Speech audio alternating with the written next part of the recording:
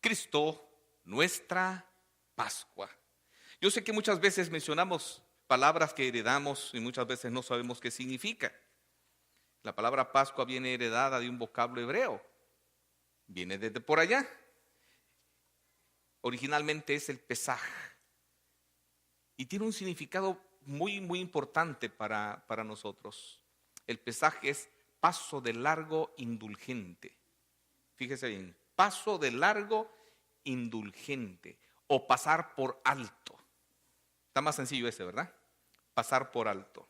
Quiero que nos traslademos allá a Egipto. Hace mucho tiempo. Ya se me trabó la lengua. Muchachitos, ya se me pasó lo del payaso. Imagínese, quiero que usted, ¿verdad? Se le olvide lo que es una pantalla de televisión, ¿verdad? Yo no sé si usted cuando piensa y sueña blanco y negro todavía o ya sueña en HD. No sé, ¿verdad? Ojalá que ya sueñe en HD, alta definición. En 3D, excelente, mejor todavía. Quiero que se imagine a un Egipto sacudido, arrasado casi por completo por 9 plagas. 9 plagas que han pasado factura. Dios ha confrontado el pecado de Israel, de Egipto, a un punto máximo. Muchos dicen, ¿por qué no salió con la primera plaga? ¿Por qué Dios endurece el corazón de Faraón? Usted va a encontrar un juego allí entre que en momentos Dios endurece el corazón, Faraón se endurece a sí mismo. Lo importante es que Dios quería mostrar su poder por encima de los dioses idólatras de Egipto. Ha arrasado el país, lo que sería la superpotencia de esa época. Fíjese bien, la superpotencia de esa época, la mejor tecnología de armamento egipcia. Las mejores técnicas de combate, egipcios. El ejército mejor preparado, egipcio. Fíjese bien, poderío bárbaro. Y Dios ha destruido sin necesidad de espada humana a esta nación. Y llega un momento, el momento en el cual Dios le dice todavía a Moisés, una plaga más, espérame. Y con esta ustedes salen. Pero esta tarde ustedes van a hacer esto. Y les dice simple y sencillamente, ustedes, dependiendo de la cantidad de gente, van a agarrar un cordero por familia. Si la familia no es muy numerosa, van a juntarse 2 familias. Van a tomar este animal, Éxodo 12:6. Todo esto, hermano, de lo que es la Pascua en su inicio, está en el capítulo 12 del libro de Éxodo. Usted lo puede ver allí y puede ver después más adelante cómo se marca también ya en el calendario hebreo entre las festividades importantes. Y lo guardaréis hasta el día 14 de este mes. Y lo inmolará toda la congregación del pueblo de Israel entre las 2 tardes. Más o menos, algunos piensan, algunos intérpretes, que esto era antes de la puesta de sol, otros decían mucho más antes. Lo importante es esto.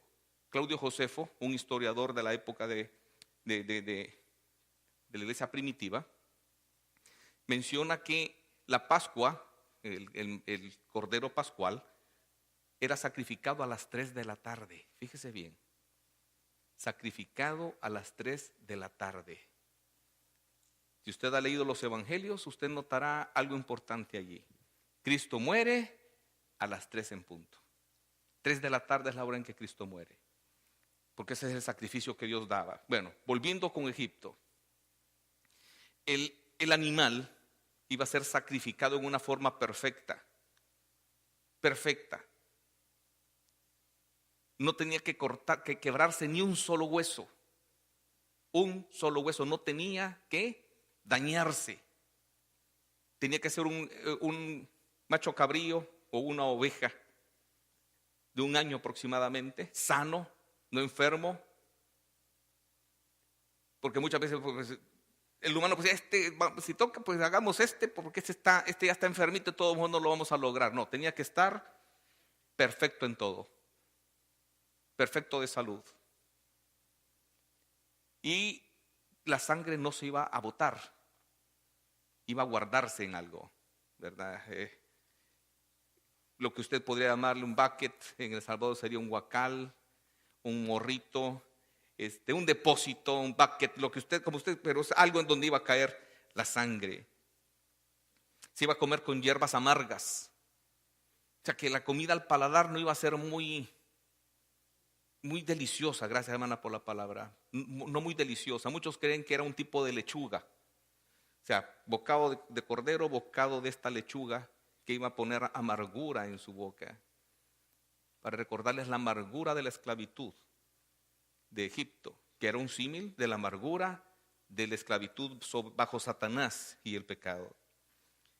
El versículo 7 menciona, en el mismo 12, y tomarán de la sangre y lo pondrán en los dos postes y en el dintel de las casas en que lo han de comer. Fíjese bien, para muchos que han visto la película o han escuchado, ¿verdad? Todo lo que era el marco de la puerta iba a ser puesta esta sangre de este animal, de este macho cabrío, en el dintel. Y era muy importante que lo hicieran. Era de extrema, pero de extrema urgencia que pudiese hacer. ¿Por qué? El versículo 21 al 23 nos dice que iba a pasar algo esa noche. Esa noche el ángel de Jehová se iba a manifestar enviando a un ángel en el que iba a matar todo primogénito, desde la casa del faraón hasta el último esclavo que no tuviera esta provisión. Imagínense. Y no solo del ser humano, iba a morir también el primogénito de cada animal nacido. Sí, iba parejo. Iba a ser esa misma noche, ¿verdad? Entonces Moisés ya estaba dando las instrucciones que Dios le había dado. Y Moisés convocó a todos los ancianos de Israel. Aquí estamos condensándolo. Usted, hermano, puede leerlo en su casa tranquilamente. Y les dijo: sacad y tomaos corderos por vuestras familias y sacrificad la Pascua. Siguiente. Y tomad un manojo de hisopo. Era una rama que podía absorber sangre y poder untarla, ¿verdad? O sería pues como una brocha en la sangre que estará en un lebrillo, un depósito, para que no nos haga un vaso, para que usted no se haga bolas. Y untad el dintel y los dos postes. El dintel, pues lo que es el marco completo, ¿verdad? Postes, marco, con la sangre que estará en el lebrillo. Y ninguno de vosotros salga de las puertas de su casa hasta mañana. O sea que tenían que sacrificarlo antes de la puesta de sol, 3 de la tarde, como usted guste, a preparar todo. Y de ahí a estar adentro de la casa comiéndolo. Y no iba a ser una fiesta pletórica, ¿verdad? De festival. Entre las instrucciones que Dios había dicho: van ustedes a estar ahí con ropa de fatiga, vestiditos, la ropa preparada, su bordón en la mano, ¿verdad? Porque después de esto ustedes se van. Ustedes salen, y hasta la fecha los israelitas lo celebran de esa forma. Alrededor de la mesa y sentaditos como que están a punto de salir de viaje. Porque Jehová pasará hiriendo a los egipcios. Es importante, si tú andas en la calle, te truena. Fíjese bien, tenían que estar dentro de la casa donde había sangre. Ay, que le voy a pedir a la señora los fósforos le truena. Que quería darse cuenta del último chisme de la farándula egipcia, le truena. Tenía que estar concentrado en lo que tenía que estar. Para afuera, nada. Y en este momento, pues los israelitas estaban bien obedientes, porque habían visto 9 plagas fuertes en el transcurso de un año, que tenía arrasado Egipto. Arrasado. Usted cree que después de esto, pues Egipto cae como imperio, es conquistado por otros. Siempre mantiene el nombre, pero eran otros los que estaban gobernando, ya no era la misma familia o dinastía egipcia. Y dice: pasará Jehová aquella puerta, pasará, pesaje, paso de largo, indulgente. Aquí no entro, la va a pasar por alto. ¿Entiende? Al ver la sangre, iba a decir: a esta no tiene sangre, todo primogénito allí adentro, para afuera. Así de simple, muerto. Desde sus bestias hasta el ser humano que estuviese así, ahí adentro, que fuese primogénito. Y no dejará entrar al heridor en vuestras casas para herir. O sea, el ángel que andaba matando, Dios no iba a dejar que entrara a hacer lo que tenía que hacer con todo Egipto. Guardaréis esto por estatuto para vosotros y para vuestros hijos para siempre. Entonces, fíjese bien, Dios estaba mostrando su ira contra Egipto. Egipto representa hoy día el mundo inconverso.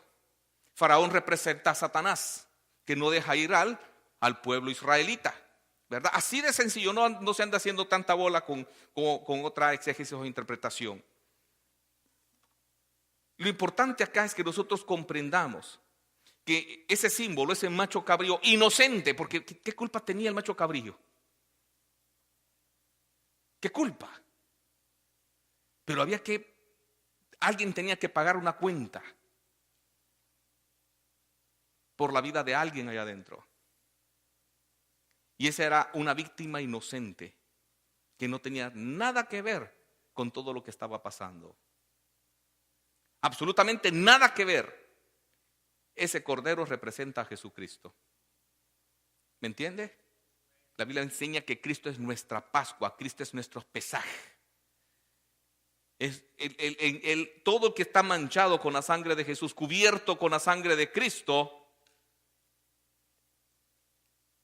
va a lograr ese beneficio del pesaje, paso de largo indulgente o pasar por alto sus faltas. Así de sencillo, imagínense qué hermoso. En Romanos 5:9, los israelitas lo celebran desde esa época, lo siguen celebrando hoy día. Es posible que ellos le den otra interpretación. Muchos lo viven solo como una religión. En el momentito que están por celebrar la comida, dentro de la forma como lo celebran hoy día, el niño más pequeño de la casa pregunta: ¿qué es esto? ¿Por qué comemos esta cosa? Y el padre comienza a explicar por qué esta fue la forma como el Señor nos sacó de la tierra de Egipto, y comienza a contar la historia de lo que había pasado en el Éxodo, ¿verdad? Hablar de Moisés, las plagas y etcétera. Eso es lo que se acostumbra a hacer en ese momento antes de comerlo. Una pregunta con toda la respuesta y toda la explicación, ¿verdad? Eso usted lo puede ver en el capítulo 12. Esas son las instrucciones que los padres tienen que enseñar a sus hijos eso. Y entre paréntesis, en toda la Biblia, a quien hace responsable de enseñar el Evangelio y de enseñar la Escritura a los hijos, no es escuela bíblica. ¿Sabía eso usted? La escuela bíblica es algo nuevo, algo novedoso, algo que no existía en esa época. Son los padres. Son los padres. O sea, somos nosotros como padres los que tenemos que enseñarle a nuestros hijos. Papá, ¿y por qué vamos a la iglesia? Por esto, esto y esto. A fomentarles una relación con el Señor y no con la congregación. ¿Estamos? Ninguna religión salva. Ninguna, por muy bonito que sea el nombre, por muy vieja que sea la iglesia. ¿Estamos? Ninguna religión salva. Quien salva es Jesucristo. Entonces su trabajo es hacer que su hijo tenga una relación con el Señor. Y esa es la instrucción más vieja dada en la Biblia con respecto a eso, ¿verdad? Importante. Y después, ay, pastor, que mis hijos acá. ¿Y qué hizo usted cuando sus hijos estaban pequeños? Ay, lo llevaba a recoger huevitos de Pascua. No fue, hermana. Yo que le iba a pedir. Bueno, ¿le enseñaste el Evangelio? Pues no, pues yo lo llevaba a la iglesia. Entonces, a los maestros hay que preguntarles. No, padre y madre responsable de eso, ¿verdad? Del Evangelio, no de una religión. Vuelvo a repetir, del Evangelio. Entonces, Romanos 5:9 nos dice: pues mucho más estando ya justificados en su justificado, libre de culpa, declarado libre, eso significa justificado, declarado libre por su sangre. Por su sangre. Todos los que hemos recibido a Jesucristo estamos lavados con la sangre de Jesús. impregnados, cubiertos por completo. No lo vemos, pero así es. Espiritualmente eso ha pasado. Entonces el heridor no tiene nada que ver con nosotros. Por eso dice, por él seremos salvos de la ira. ¿Cuál ira? De la ira venidera, y se manifiesta en dos partes. Número uno, la gran tribulación. ¿Verdad? Eso da evidencia y seguridad de que la iglesia no va a pasar. Y le puedo sacar más textos, no solo este, que dan evidencia que la iglesia no pasa la gran tribulación. Pero también la ira que se va a desarrollar en el infierno, que es la cúspide de la ira de Dios. O sea, por la sangre de Cristo, todo aquel que lo ha recibido está libre de esa ira. Así como el ángel heridor en aquel momento pasaba por largo, pasaba de alto la casa que tenía sangre en el dintel, lo mismo va a pasar hoy en nuestra época para el arrebatamiento. ¿Entiende eso? Donde Cristo va a venir por su iglesia y no va a permitir que pasemos la gran tribulación. ¿Entiende? Por eso es importante que su fe sea efectiva, sea real, que no sea intelectual, que no solo sea de que entiende el evangelio, que su vida esté entregada realmente a Jesucristo. Porque el que no tenga la sangre de Cristo se queda así de sencillo. Así de sencillo. Va a pasar ese momento. No tiene, si ya murió antes de este evento del arrebatamiento y nunca recibió a Cristo de corazón, pues nunca va a ser salvo. Entonces la ira, que es el infierno, que es la cúspide, la culminación, la cima de todo, le va a tocar y ahí no va a salir nunca. Así, ahí no va a salir. Yo no quiero meterte miedo. ¿Por qué? Porque el evangelio es paz en el Señor. No a reaccionar por miedo al infierno. No, en ningún momento. Que es una realidad, sí. Pero Cristo pagó nuestra cuota. Pagó nuestra deuda. Él fue sacrificado. La Biblia enseña, y ahorita estamos estudiando Gálatas en los días viernes, en la que enseña que todo aquel que recibe a Jesús como su Salvador ha sido crucificado en la cruz del Calvario. Dios da cuenta y caso que esa persona murió allí también. Ya fue justificado del pecado de esa forma. Pero quien murió realmente fue Jesucristo. Y con su sangre nosotros hemos logrado. Cristo es nuestra Pascua, nuestro Pesaj, nuestro paso de largo indulgente. Para que yo no tenga que pagar lo que debo de pagar. ¿Por qué? Porque ya fue pagado. Y esta deuda se paga una vez y para siempre. ¿Entiende, hermano? Se paga una vez y para siempre. Porque Cristo murió una vez y para siempre. Y no vuelve a morir. Y aparecerá, dice la Biblia, por segunda vez sin relación con el pecado. Sin relación. Efesios 1:7. En quien tenemos redención por su sangre. Hemos explicado anteriormente, y vuelvo a repetir. Redención es rescate.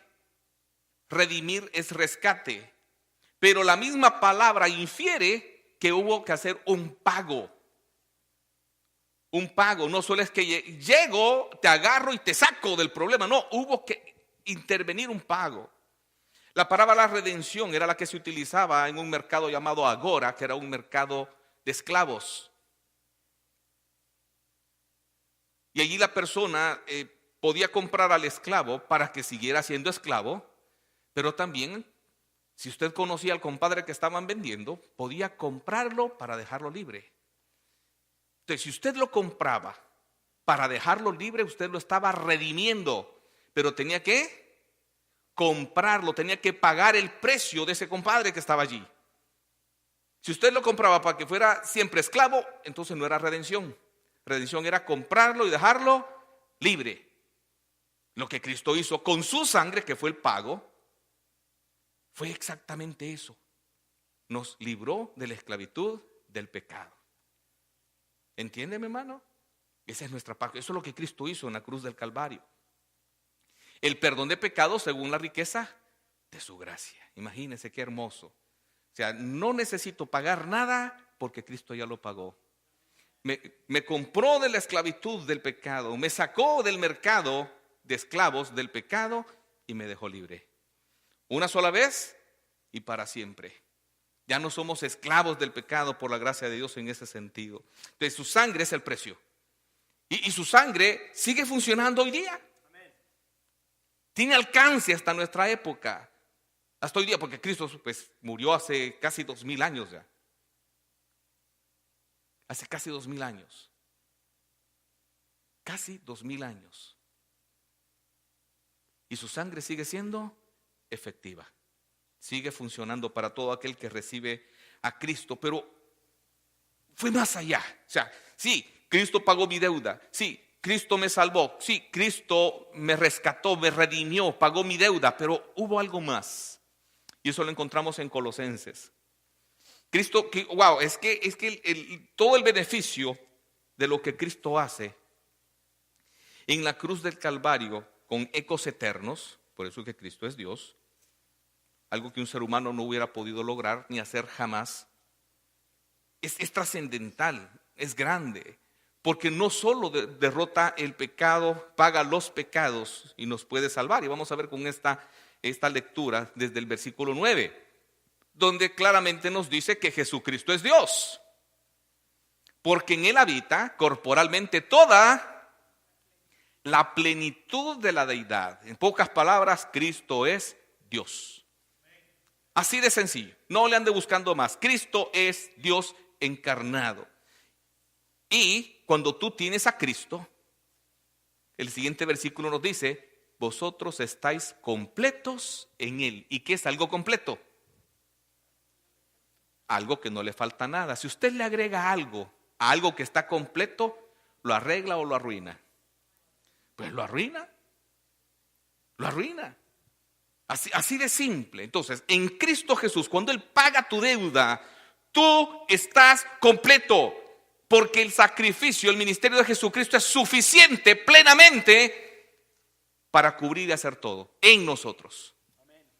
No necesitas agregarle tus obras. No necesitas agregarle nada para seguir siendo salvo. Y aunque se burlen de nosotros, en Cristo Jesús somos salvos y siempre salvos. Amén. Si le va a aplaudir al Señor, dele duro, mi hermano. Reviente las manos.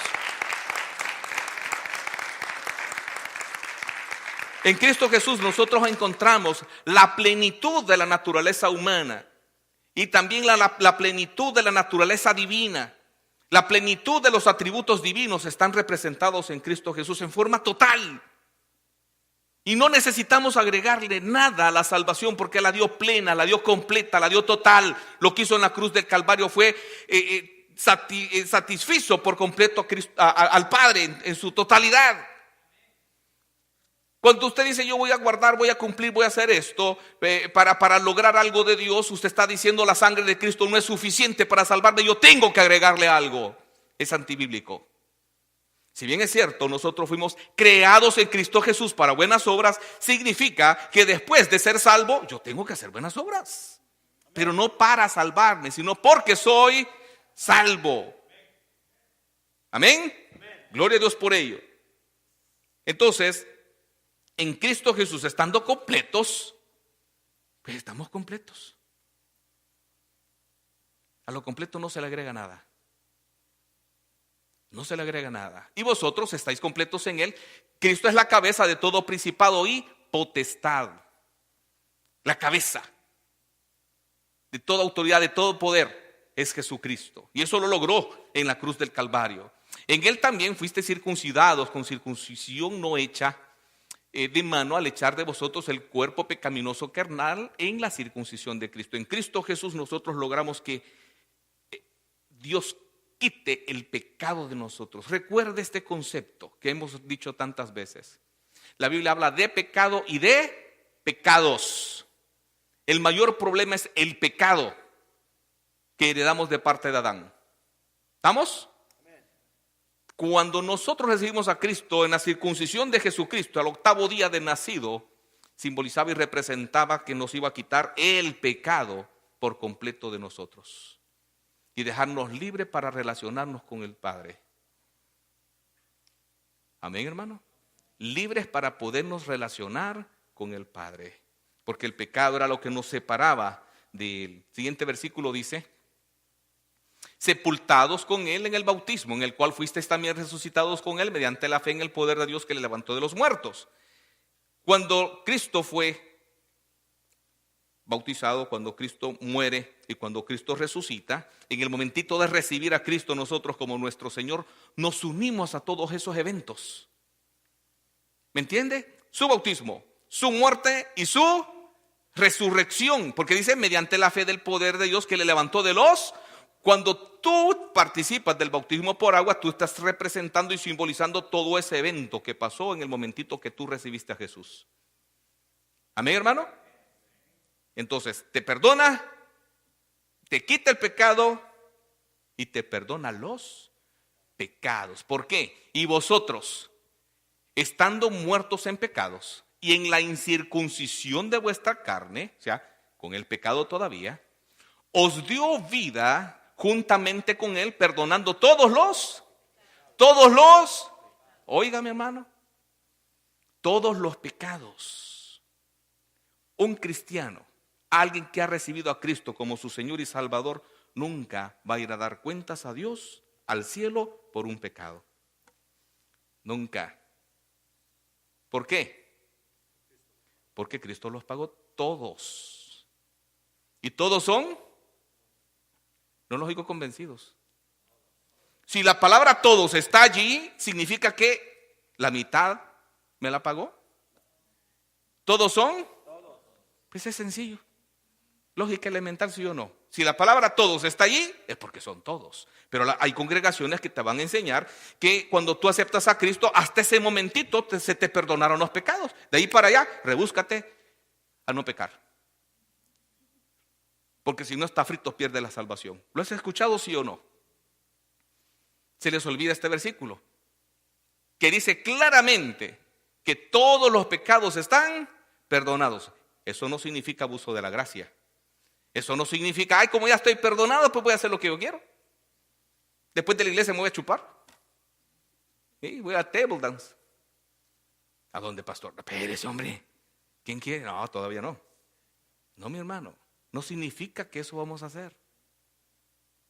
¿Me entiendes? Porque ese es abuso de la gracia. Todavía hablamos extensamente de eso. Lo importante es que entiendas que en Cristo Jesús quedaste cubierto por completo y no necesitas agregarle más para ser salvo, porque te perdonó todos los pecados. Y mira bien, aquí dice anulando el acta. La palabra acta aquí pues viene de un sinónimo de papiro, donde está escrito una cuenta con una sentencia. Una cuenta completa, todito. O sea, eso significa, fíjate bien, era un acta de decretos que había contra nosotros que nos era contraria. Estaba tu nombre y tu apellido. Aunque te lo hayas cambiado en México, en Guatemala o aquí cuando te hiciste ciudadano, en el cielo está tu nombre correcto, no te preocupes. Y por eso te van a agarrar del pelo. Ahí está escrito tu nombre, nacimiento, todito lo que tú has hecho, mi hermano. Hasta lo que has hecho bien escondidito. ¿Quién empujó por ahí? Hasta lo que hiciste bien escondidito. Ahí está. Para Dios no hay secreto. Para Dios no hay secreto. Ahí está. Y fíjate bien qué importante que está escrito antes de que tú lo hicieras. ¿Por qué? Porque Dios ya lo sabía. Ya te conocía. Y la sentencia, muerte. ¿Por qué? Porque tu deuda es el pecado y no tienes la capacidad de pagar. Cuando tú recibes a Cristo, lo que nos está diciendo, Cristo anula el acta. La destruye. ¿Dónde? Que era contraria, quitándola de en medio. El pecado es lo que separa a Dios con el hombre. Cuando quita esa acta, donde está escrito tus pecados, por el pecado, ya no hay impedimento de relación entre tú y Dios Padre. ¿Entiendes? Esa acta es agarrada y clavada en la cruz del Calvario. Ustedes que han visto las películas este fin de semana pasado, la crucifixión, la pasión y todas esas que ustedes ven que llora y se da golpes de pecho y después no viene a la iglesia de tanto golpe que se dio en el pecho. Quedó cansado y extasiado. Si usted se fija, a los dos ladrones, a los dos bandidos que estaban a los costados de Jesús, se les puso el delito que habían cometido en la parte de arriba. Y esa era una costumbre romana, de ponerla allí, para que la gente viera lo que habían hecho. A Jesucristo pues no le encontraron delito. ¿Qué le pusieron? Este es el rey de los judíos en 3 idiomas, implicando así de sencillamente que ese sacrificio era para todo el mundo. Pero cuando tú recibes a Cristo, esa acta que tiene tu sentencia fue clavada en la cruz del Calvario. Toda. Por eso es que dice todos los pecados. Todos, está escrito hasta los que no has cometido. No los ande buscando, eso sí. No los ande buscando. Pero todos están allí. Hasta el día en que tú des tu último hálito de aliento, todo está allí. Y cuando recibiste a Cristo Jesús, de todo tu corazón, esa acta fue clavada en la cruz del Calvario. Y eso significa que Cristo pagó tu deuda. Murió, porque esa acta lleva un nombre. Y tu nombre queda clavado allí. Cristo murió por tus pecados y por mis pecados, en una forma plena, en una forma total. Y también hizo algo mucho más trascendental. Bueno, sí, salvarnos es hermoso, es grande, pero también tenía que destruir y derrotar a alguien, y es a Satanás. Y en la cruz del Calvario, Cristo derrotó a Satanás. Y lo dice aquí, despojando los principados, despojando. O sea, la palabra despojo es cuando alguien llega, tiene una batalla, gana la batalla y toma todo lo que hay dentro, la riqueza de la ciudad, para sí. Ese es despojo. Despojando los principados, o sea, le quitó todo lo que es autoridad, todo lo que es poder, todo lo que decía Satanás, que era de él. Nosotros, todo aquel que no pertenece a Cristo, hermano, aunque se oiga feo, le pertenece a Satanás. Así de simple. Así de sencillo. ¿Se oye feo? Sí, pero así es. O tienes un padre Dios o tienes un padre Satanás. Así de sencillo.